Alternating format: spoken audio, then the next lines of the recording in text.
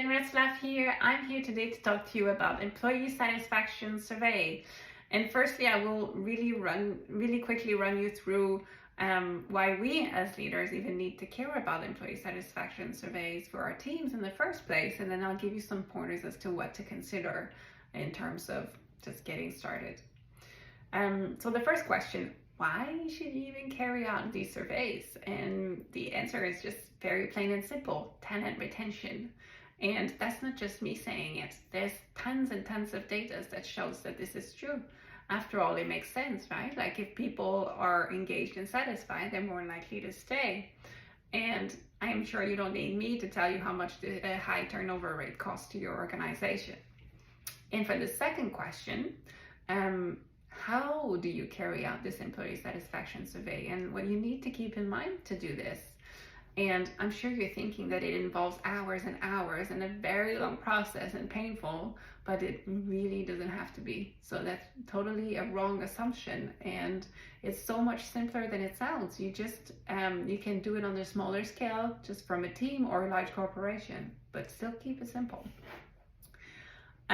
All you really want out of this is to understand where your teams are at in terms of their satisfaction. So on to what you actually need to consider to create that survey. Here's my top 11 points for you. Number 1, a clear objective. You really need to know where you're going before you can understand the actions and the path that are going to lead you there. Number 2, confidentiality. People need to feel reassured that there's not going to be negative consequences to this. And then this survey, that's why also this survey needs to be anonymous. Number 3, concise and clear questions. Make sure that you don't leave room for interpretation. You can have a mix of open and closed and multiple choices questions. Number 4, frequency. How often do you want to run these?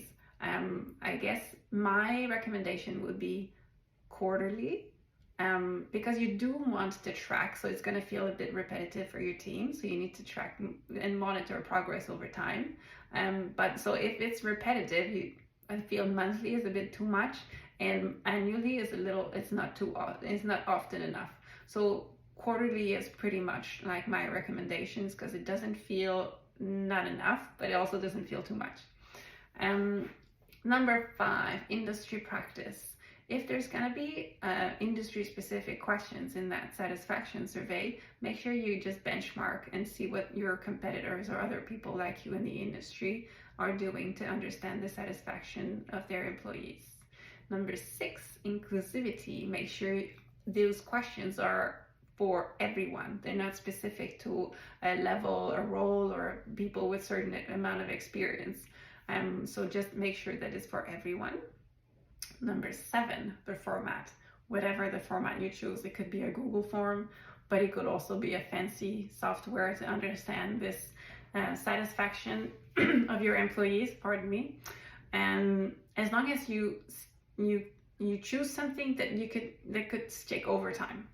So my advice, just keep it simple. Number 8, set expectations.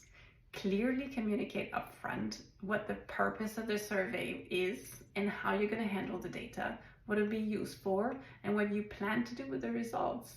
Explain that you may not necessarily take action on every piece of feedback, right? And you want to set that expectations too.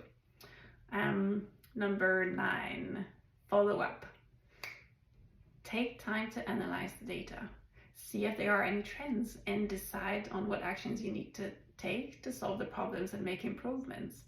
This is the most important part of the survey, right? Because nothing is anything without actions. And then, it's really creating, like, this is the piece where you started to do it in the first place, right? And so data analysis can be done through a software. They can do that for you, or you can hire people that have the skills to analyze the data for you. Like us at Grow Better Together. Reach out if you need help with that. And number 10, keep the communication channels open all the time, always. After the survey, let the team know how their feedback is being used and what changes are being implemented. Show them you're on it. Number 11, last and not the least, before you even roll out the survey, remember to take the legal and ethical considerations of your specific regions into account for collecting and handling data responsibly. So that's my take on what needs to be considered when it comes to employee satisfaction survey. I hope you find that useful. Let me know how it goes. Looking forward to hearing from you. Bye.